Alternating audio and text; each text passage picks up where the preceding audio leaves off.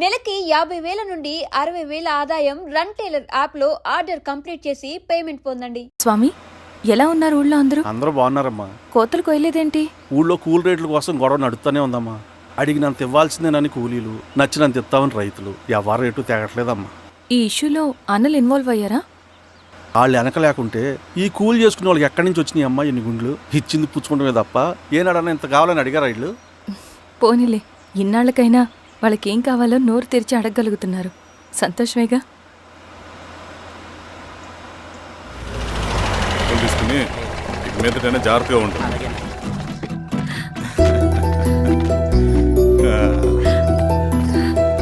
బాగున్నావమ్మా? బాగున్నానన్నయ్య, నువ్వెలా ఉన్నావు? బాగున్నాను. రా లోపలికి వెళ్దాం. రా కూర్చో. సో ప్రయాణం అంతా బాగానే జరిగింది కదా? నీ ఫేవరెట్ నెత్తిపూరి. రా వడ్డిస్తారా? ప్లేట్ తిప్పు. నాకొద్దన్నయ్య, నాకు మంచి కాఫీ తాగాలని ఉంది. అమ్మో, నీకు నచ్చినట్టు కాఫీ చేయాలంటే ఆ దేవుడి దిగి రావాలి తల్లి. ఏంటో అన్నయ్య, మంచి కాఫీ తాగకపోతే ఇక ఆ రోజంతా అదోలా ఉంటుంది నాకు. రేయ్ సామే, అయ్యా అర్థమైంది. శిరీష్ అమ్మకి మంచి కాఫీ కావాలి, అంతేగా నేను వెళ్ళి పట్టుకొచ్చేస్తా. ఎక్కడికి స్వామి? మన ఊళ్ళో మెగాస్టార్ హోటల్ ఉందమ్మా, అందులో కాఫీ చాలా బాగుంటుంది. నేను వెళ్ళి పట్టుకొచ్చేస్తా. స్వామి, అమ్మా కాఫీ అంటే అక్కడికి వెళ్ళి వేడి వేడిగా తాగాలి. నేను వస్తాను పద. అవునమ్మా, అక్కడ నేను కూడా తాగాను, చాలా బాగుంటుంది. వెళ్ళు. థ్యాంక్ యూ అన్నయ్య. ఆడుతూ పాడుతూ పని చేస్తాం. కాఫీ బాగుంది. ఎవరు చేశారు? మా రవణ పెట్టాడమ్మా. రవి? ఎవరు రమ్మను? రవణ మేడం పిలుస్తున్నారు.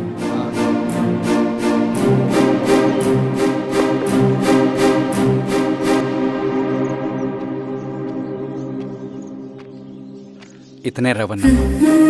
శిరీష, మీరా? రవి, నువ్వేంటి ఇక్కడ? కాఫీ బాగుందా? చాలా.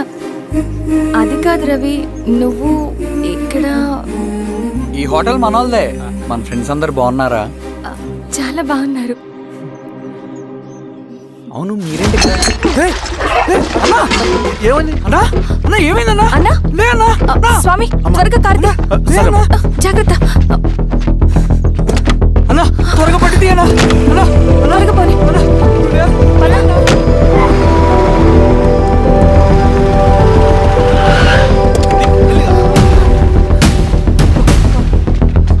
డాక్టర్! Doctor doctor!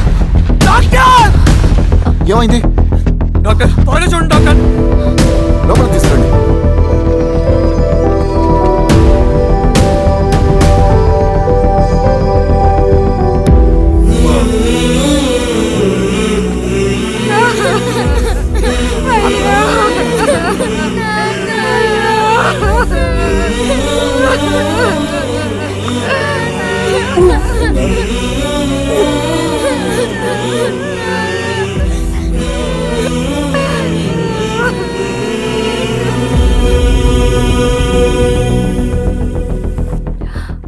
ఎలా ఉంది డాక్టర్? డాక్టర్ చనిపోయాడమ్మా.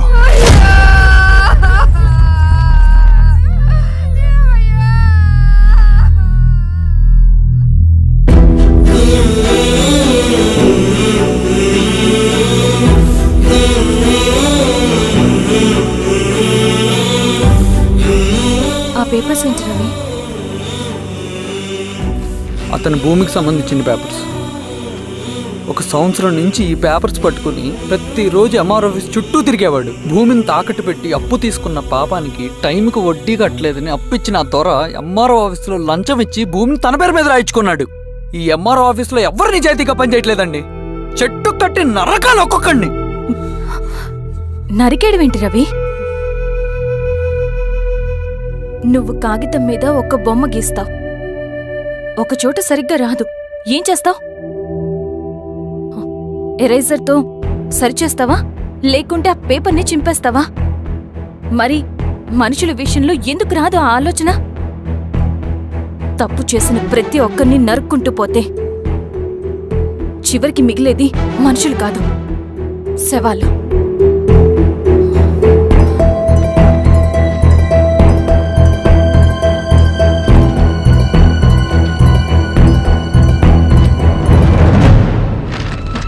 పద రవి రా.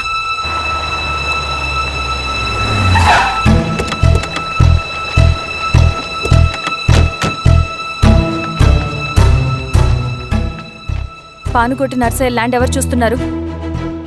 మీరెవరు? ఇదిగోండి అప్లికేషన్. ఇది డిస్ప్యూట్ ల్యాండ్, ఎవడేం చేయలేడు. నీ నిర్లక్ష్యం, నీ లెక్కలేనితనం వల్ల ఒక నిండు ప్రాణం పోయింది. ఒక కుటుంబమే రోడ్డు మీద పడింది తెలుసా? ఏంటో మా గొడవ?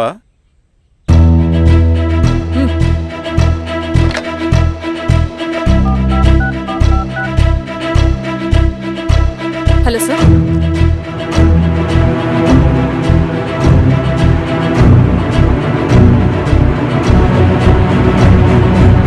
Okay sir. You are dismissed. Peon, నేను ఒక పేపర్ ఇస్తాను, అది కలెక్టర్ గారికి ఫ్యాక్స్ చేయి. అలాగే మేడం. ఎవరమ్మా మీరు? ఈ ఊరికి కొత్తగా వచ్చిన ఎంఆర్ఓ.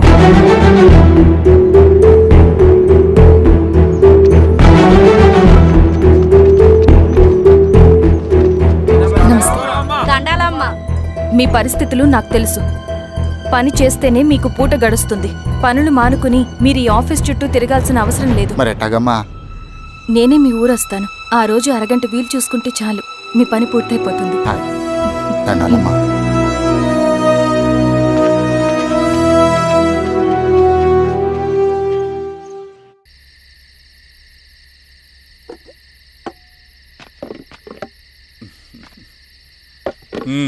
ఎంఆర్ఓ గారు, ఏంటి ఛార్జ్ తీసుకున్న మొదటి రోజే ఆఫీస్లో మీ పవర్ చూపించారట? అన్నయ్య, నువ్వు సస్పెండ్ చేసిన వ్యక్తి నా దగ్గరికి వచ్చాడమ్మా.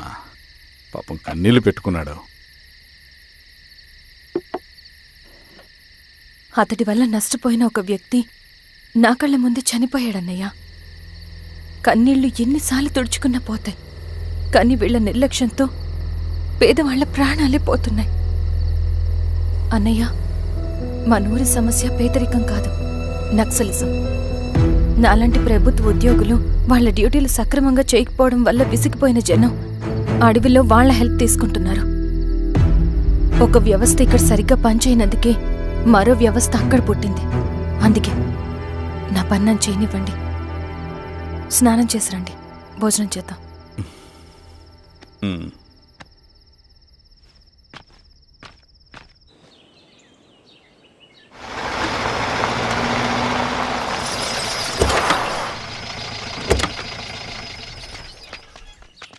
నమస్కారం అమ్మా. నమస్తే. ఇలా రండి. మీ ఊరు నుంచి కొందరు ఎంఆర్ఓ ఆఫీస్లో అప్లికేషన్స్ ఇచ్చారు. తను వాళ్ళ పేర్లు చెప్తారు, వాళ్ళని పిలవండి. అలాగే మేడం. వెళ్ళండి. Madam, coffee. నువ్వెప్పుడు వచ్చావు రవి? మీరు గంటకోసారి కాఫీ కావాలంటారు కదా, మాటి మాటికి వెళ్ళి రావడం ఎందుకని వచ్చేసా.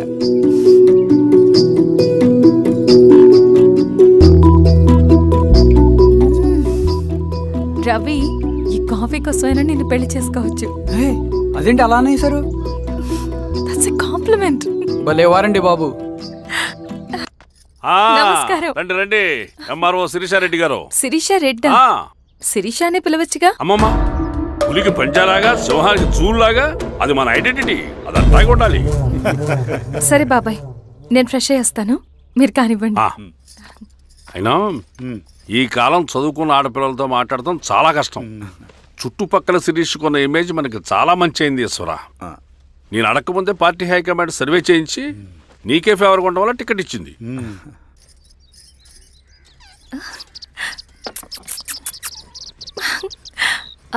అనేవాళ్ళు ఎక్కడ? బయటికి వెళ్ళారమ్మా. ఓ, బయటికి వెళ్ళారా? రవిని పిలు. అలాగే. మేడం. రవి రా రా రా, కూర్చో. పర్లేదు మేడం. మేడం ఏంటి, శిరీషానే పిలవచ్చుగా. అది కాదండి, ఎవరైనా కూర్చో. చూస్తే. కూర్చోవయ్యా. ఇది ఆఫీస్ కాదు రవి, మా ఇల్లు. వడ్డించు. సరే అమ్మా.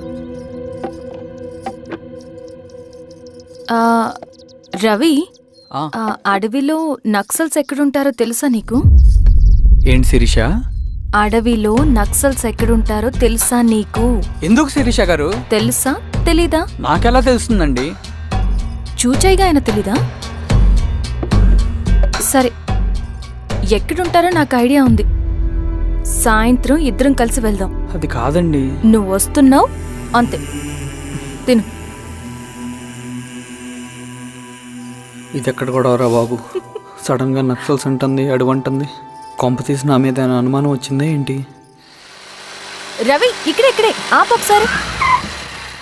ఎందుకు ఇప్పుడు ఈ టైంలో అడ్వెంచర్లు? ఇప్పుడు జరగరాంది ఏమైనా జరిగితే రేపు మీ అన్నయ్యకి తెలిస్తే బాగోదు. రవి, చుట్టూ చూడు. పైన వెన్నెల, పక్కనే అడవి. అబ్బో, ఎంత బ్యూటిఫుల్ గా ఉందో. అవునా? అవునా ఏంటి? అసలు ఎప్పుడు చూసినా ఎందుకలా డల్ గా ఉంటున్నావు? కాలేజ్లో ఇలా ఉండేవాడివి కాదు కదా, ఏమైంది? అది ఒక్క నిమిషం. హలో మేడం, పేషెంట్కి అర్జెంటుగా ఏ పాజిటివ్ బ్లడ్ కావాలి మేడం. రవి, ఆ? అర్జెంటుగా హాస్పిటల్కి పోని. ఏమైంది? పోనీ. రండి మేడం, ప్లీజ్ రండి. పోలీసులకి నక్సల్స్కి కాల్పులు జరిగాయి. ఆ కాల్పుల్లో గూడెం కుర్రాడు ప్రాణాపాయ స్థితిలో ఉన్నాడు. తన బ్లడ్ మీ బ్లడ్ సేమ్. ఆ బ్లడ్ గ్రూప్ మా హాస్పిటల్లో లేదు. అందుకే మీకు కాల్ చేశాను. ఓ అవునా? అవును మేడం. పదండి డాక్టర్. Thank you madam.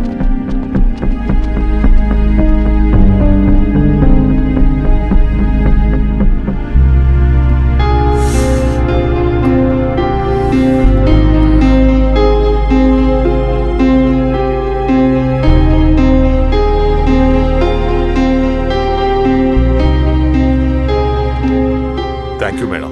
పర్లేదు డాక్టర్. ఇప్పుడు అతనికి ఎలా ఉంది? తను స్పృహలో లేడు మేడం. రవి, నీ దగ్గర మనీ ఉందా? ఉన్నాయి. ఇవ్వు. ఇది అతనికి అందించండి. ఓకే. జాగ్రత్తగా చూసుకోండి. అలాగే మేడం. అమ్మా, భోజనం తీసుకురమ్మంటారా? నాకేం వద్దు. భోంచేయకపోతే ఆరోగ్యం పాడవుతుంది శిరీష. నువ్వు వెళ్ళి తీసురా అమ్మా. సరే. రవి, నాకు ఒక మంచి కాఫీ చేసిస్తావా? తలనొప్పిగా ఉంది. చేసిస్తా కానీ తర్వాత నువ్వు భోంచేయాలి.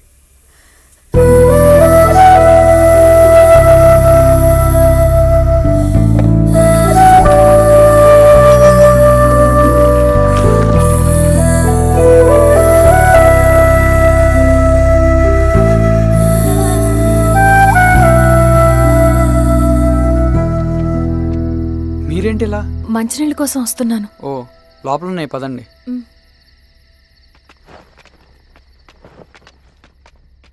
ఇదిగోండి మంచినీళ్ళు.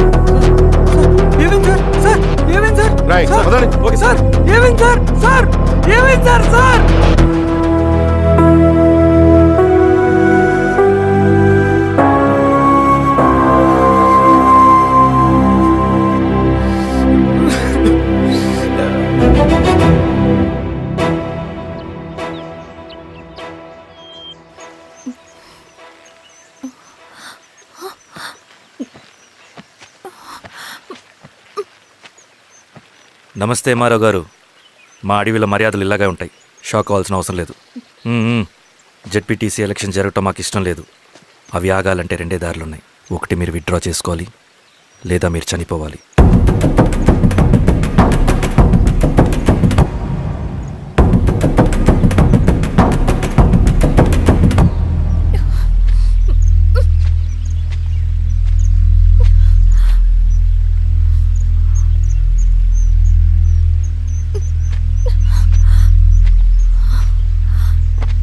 సెంట్రల్ కమిటీ మీటింగ్ ఉందని కబురు వచ్చింది. మేము వచ్చేలోపు ఎలక్షన్స్ ఆగిపోయే న్యూస్ రావాలి.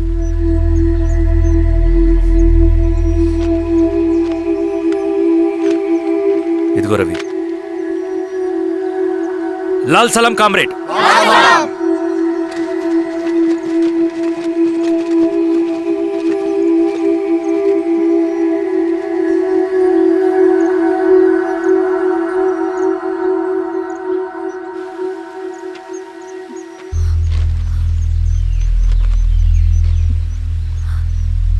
ప్రపంచంలో గొప్పవాళ్ళ చావులన్నీ నమ్మక ద్రోహంతోనే జరుగుతాయని నిరూపించావు రవి. అన్నయ్యని కూడా అచ్చం ఇలాగే చేస్తావు కదా? ఎందుకు రవి? ఏం జరిగింది? అన్నీ బాగుంటే దేశం తరపున బ్యాడ్మింటన్ ఆడేవాడిని.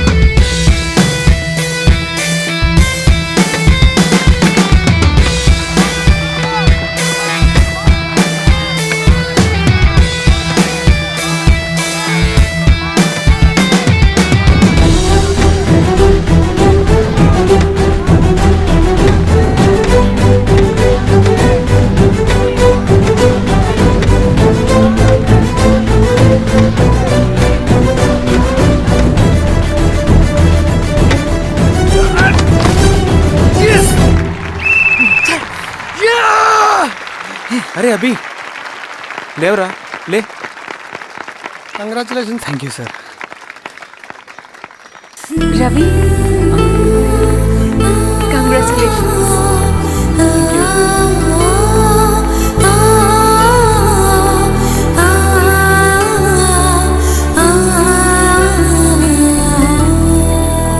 సార్, గంగినేని వెంకటేశ్వరరావు గారి ఎర్రజెండా పుస్తకం ఎక్కడుంది? రవి దగ్గర ఉందమ్మా.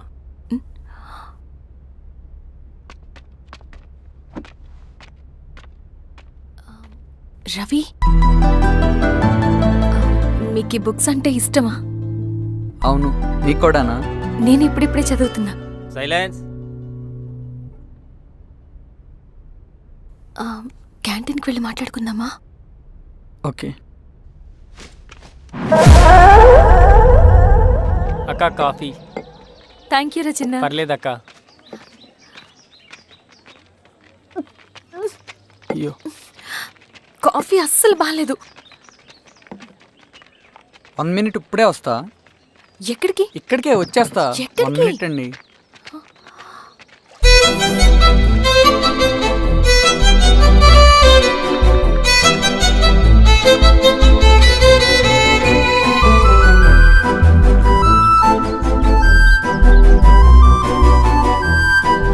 ఒకసారి ఈ కాఫీ టేస్ట్ చేయండి.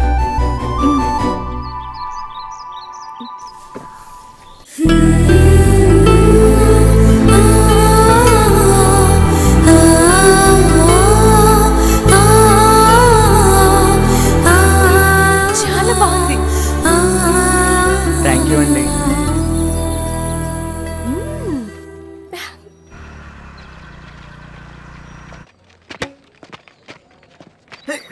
Wow sir. ఇట్రా రవి.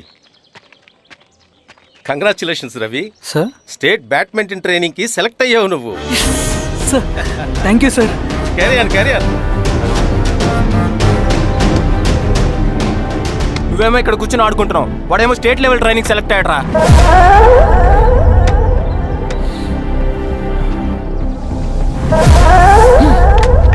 అరే మొత్తానికి నువ్వు అనుకున్నది సాధించావురా.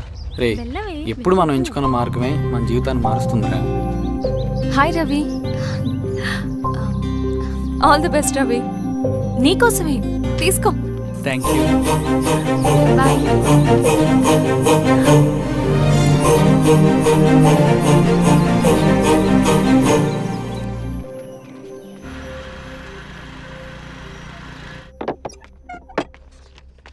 సార్ రమ్మన్నారంట. ఎందుకు ఇలా చేసావు రవి నువ్వు? ఏవేంటి సార్, నేనేం చేశాను? ఇదేమిటో చూడు. Question paper sir. అవును, రేపు జరగబోయే టర్మ్ ఎగ్జామ్ పేపర్. నువ్వు లీక్ చేసిన పేపర్. సార్ అసలు నువ్వు ఇలా చేస్తావనుకోలేదు. సార్ నేను క్వశ్చన్ పేపర్ లీక్ చేయట్లేండి సార్. నేనంతా చదువుకుంటూ రూమ్ లోనే ఉన్నాను సార్. నన్ను నమ్మండి సార్. ఈ జెర్సీ నీదే కదా? సార్ అది నాదే, కానీ దీనికి నాకేం సంబంధం లేదు సార్. నన్ను నమ్మండి సార్. మల్లయ్య, సార్ నిన్న రాత్రి ఏం జరిగింది?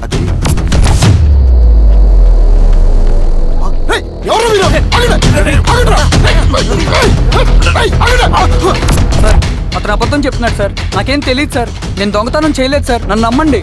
ఐఎమ్ వెరీ సారీ రవి, నేనేం చేయలేను. తప్పు నువ్వే చేసావని అన్ని నీ వైపే ఉన్నాయి. నిన్ను రెస్టికేట్ చేయడం తప్ప నాకు వేరే ఆప్షన్ లేదు. సార్ అంత పని చేయమాకండి సార్. నా లైఫ్ పోతుంది సార్.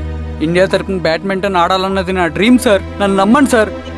సార్ సార్ సార్ నాకేం తెలియదు సార్. నన్ను నమ్మండి సార్. సార్ నాకేం తెలియదు సార్. నిజంగా నాకేం తెలియదు సార్. సార్ నన్ను నమ్మండి సార్. సార్ నేనేం తప్పు చేయలేదు సార్. నాకేం సంబంధం లేదు సార్. నన్ను వదిలేయండి సార్. సార్ నన్ను వదిలేయండి సార్. కాలేజ్ తరఫున స్టేట్కి వెళ్ళి ఆడదాం అనుకున్నాను. నా కొడుకు తాళం అక్కడే ఉంది కదా.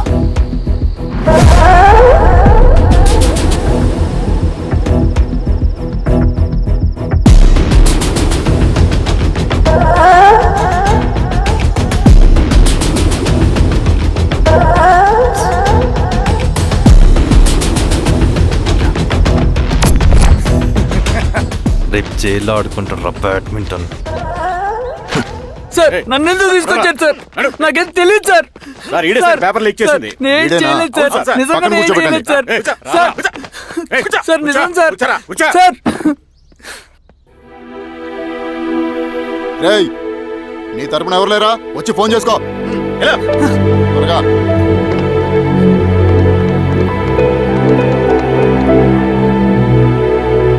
సార్ నేను రవీన్ సార్. రవి చెప్పు. సార్ నేను పోలీస్ స్టేషన్ లో ఉన్నాను సార్. మీరు నాన్న అర్జెంట్ గా రండి sir. Please sir. Police station ఏమైంది రవి? ముందు మీరు రండి సార్ ప్లీజ్. నేను చెప్తాను సార్. సరే సరే వస్తున్నా. వెళ్ళి కూర్చో. సార్ అయ్యా దండలయ్య. రే రవి, నాన్న, ఏమైందిరా? నాకేం తెలియదు ఏయ్, నాన్న. నువ్వు ఆగు. నీ కొడుకు క్వశ్చన్ పేపర్స్ దొంగతనం చేసి దొరికిపోయాడు. ఎఫ్ఐఆర్ రాసి కేసు పెడితే జైలు శిక్ష పడుతుంది. అలా కాకుండా కేసు క్లోజ్ చేయాలంటే 2 లక్షలు కావాలి. వెళ్ళి తీసుకొనిరా. అర్థమైందా? ఏదోన్నయ్యా. ఏయ్, నా సంగతి నీకు తెలుసు కదా. లోపలేస్తే 10 సంవత్సరాలు బయటికి రాడు. వెళ్ళి డబ్బులు కొట్టరా.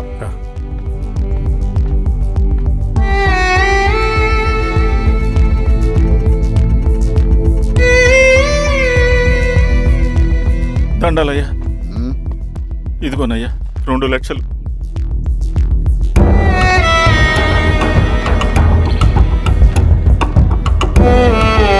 రేయ్, ఆయన పంపించండి రా. ఎలా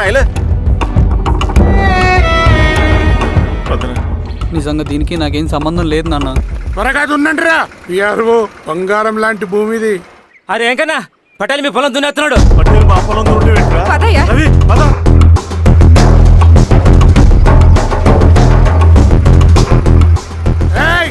కానీ ఏంట్రా? అయ్యా పటేల్ అయ్యా. మా పొలంలో మీరు దున్నుతున్నారండి. నా పొలంలో నేను దున్నకుంటే వాడు దున్నుతాడా? అన్యాయం అయ్యా. ఏంద్రా అన్యాయము? పొలం అమ్మినావు కదా, కొనుక్కున్న పొలంలో దున్నుతుంటే అన్యాయం అంటారేంట్రా? విఆర్ఓ ఆ పేపర్లే చూడరా,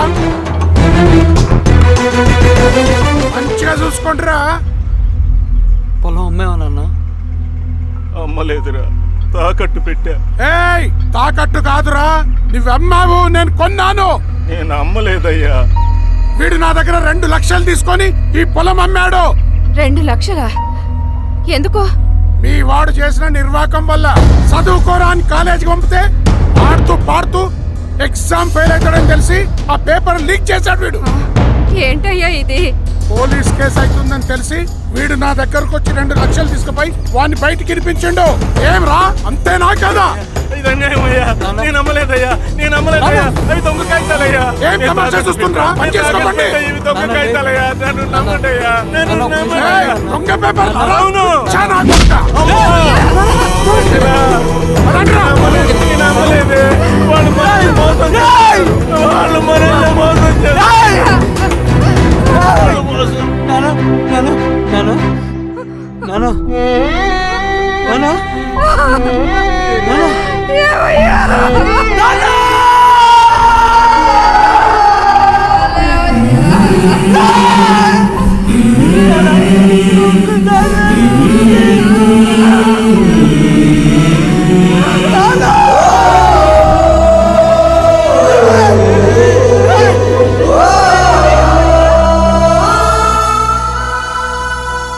నాన్న చనిపోయిన తర్వాత మా భూమి కోసం వెళ్ళి పై అధికారులను కలిశాను, కానీ వాళ్ళు కూడా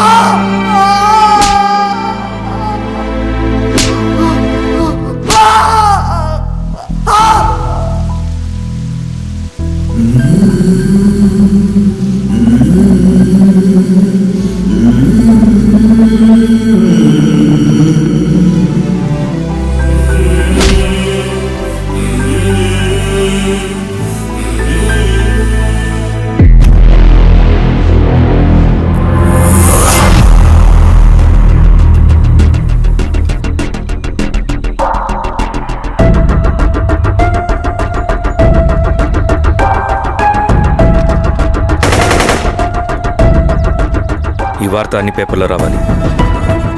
ఈ లెటర్ బాధితుడికి అందించండి. లాల్ సలాం. లాల్ సలాం.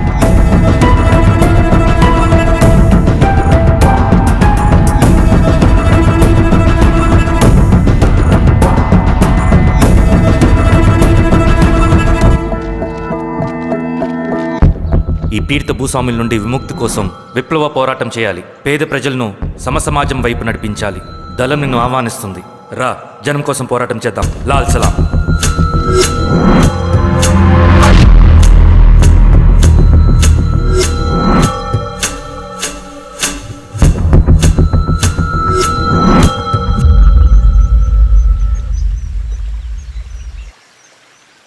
నాకు పట్టిన గతి ఇంకెవ్వరికీ పట్టకూడదని ఉద్యమంలోకి వచ్చాను. ఇన్ఫార్మర్గా చేరాను. దానికోసం ఎంతమందినైనా చంపుతాం, చేస్తాం. కానీ మేము అనుకున్న సమాజం తీసుకొస్తాం. కమ్యూనిస్ట్ రాజ్యాన్ని స్థాపిస్తాం. సమాజమా అంటే? రష్యాలో, చైనాలో, వియత్నంలో మా కమ్యూనిస్టులు విప్లవం ద్వారా సాధించిన ఆదర్శ సమాజం.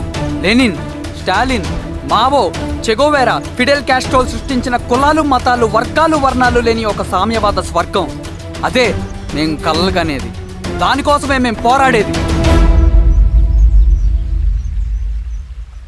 నాకు తెలిసి నాజీ పార్టీలో గోబెల్స్ తర్వాత అంత ప్రొపగాండా మీ కమ్యూనిస్టులు తప్ప ఈ ప్రపంచంలో ఎవ్వరూ చేసుండరు. ఉక్కు మనిషి స్టాలిన్, మానవీయుడు మావో, ఎర్ర జెండా వెలుగు ఇలాంటి కమ్యూనిస్టు పుస్తకాలు చదివితే ప్రపంచవ్యాప్తంగా కమ్యూనిస్టులు సాగించిన మారణ హోమాల గురించి నీకు తెలీదు రవి. స్టాలిన్ మొత్తం ఎంతమందిని చంపాడో తెలుసా? 2 కోట్ల మందిని. మనుషుల్ని చంపడంలో హిట్లర్నే మించిపోయాడు. చాలా మందిని సైబీరియన్ లేబర్ క్యాంపులకు పంపి దారుణంగా హింసించి మరీ చంపేశాడు. 2వ ప్రపంచ యుద్ధంలో బెర్లిన్ని ఆక్రమించిన రష్యన్ సైనికులు 8 ఏళ్ల నుండి 80 ఏళ్ల వయసులో కంటికి కనపడిన ఏ స్త్రీని వదలకుండా సామూహిక మానభంగం చేశారు. అది కూడా మీ కమ్యూనిస్ట్ దేవుడు స్టాలిన్ హయాంలోనే జరిగింది. ఇక మీ మావోయిస్టుల భగవంతుడు China chairman Mao Zedong great leap forwarded cultural రెవల్యూషన్ల పేరుతో 14 నుంచి 20 మిలియన్ల ప్రాణాలని పొట్టను పెట్టుకున్న మహానుభావుడు. ఇది మీ కమ్యూనిస్ట్ దేవుళ్ళు రాసిన రక్త చరిత్ర. ఆ దేశాలలో పేపర్లు ఉండవు, టీవీలు ఉండవు, స్వతంత్రమే ఉండదు. 1962లో చైనా మన దేశం మీదకి దాడి చేసి భూభాగాన్ని ఆక్రమించినప్పుడు ఒక్కరు కూడా నోరు మెదపలేదు.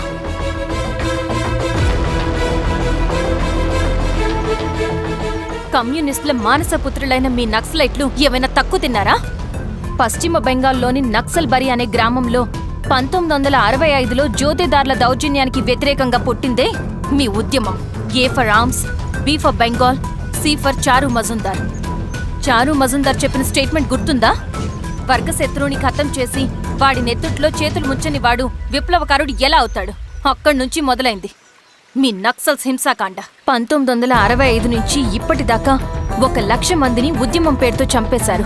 కేఎస్ వ్యాస్, పరదేశీ నాయుడు, ఉమేష్ చంద్ర, శ్రీపాదరావు, దుగ్గిరాల వెంకట్రావు, హైగ్రీవాచారి, బుడ్డా వెంగల్ రెడ్డి, ఇలా చెప్పుకుంటూ పోతే ఎంతో మంది మీ చేతుల్లో చంపబడ్డారు. ఇంతమందిని చంపి ఏం సాధించారు మీరు? కంపెనీలు తెచ్చారా? ఉద్యోగాలు ఇప్పించారా? ఇళ్లు కట్టారా? హాస్పిటల్స్ పెట్టారా? ఏం చేశారు మీరు? You did nothing. కడితే డెవలప్మెంట్, కూల్చితే విధ్వంసం. విధ్వంసం చేశారు కానీ డెవలప్మెంట్ ఏం చేశారు మీరు? అంటే ఇన్నేళ్ల ఉద్యమంలో మేం మంచి చేయలేదా? లేకే, ఖచ్చితంగా చేశారు. తెలంగాణ సాయుధ పోరాటం, శ్రీకాకుళం సాయుధ పోరాటం వాళ్ళ చలవే. భూస్వాములు తగ్గి కూలీ రేట్లు పెరిగాయి అంటే అది మీ చలవే. నంబూద్రిపాద్, జ్యోతి బసు, సోమనాథ్ చటర్జీ, పుచ్చలపల్లి సుందరయ్య, తరిమెల నాగిరెడ్డి, చంద్ర రాజేశ్వరరావు, నల్లా నరసింహులు ఒక్కొక్కరు ఒక్కో లెజెండ్. కానీ వీళ్ళు ప్రజానాయకులు. తుపాకీ పట్టి అడవిల్లోకి వెళ్లలేదు. ఎలక్షన్స్ లో గెలిచి ప్రజా సమస్యల్ని పరిష్కరించారు. కానీ మీరేంటి ఎలక్షన్స్ వద్దు అంటున్నారు? ఒక తుపాకీతో మనిషి ప్రాణాలు తీసే బదులు ఒక పెన్నుతో 10 మంది ప్రాణాలు కాపాడొచ్చు. మీలాంటి వాళ్ళు ఉండాల్సింది ఎర్ర జెండా నీడలో కాదు, దేశ జెండా నీడలో. చంపుకుంటూ పోతే ఒకరోజు మనకిష్టమైన వాళ్ళని కూడా చంపుకోవాల్సి వస్తుంది రవి. నా మాట విను. ఇవన్నీ వదులుకుని నాతో రా. ఈ అడవి బయట నీకు గొప్ప ఫ్యూచర్ ఉంది. రా. సంతకం పెట్టండి శిరీష. నేనెందుకు చెప్తున్నానో అర్థం చేసుకోండి. రవి, సంతకం పెట్టండి.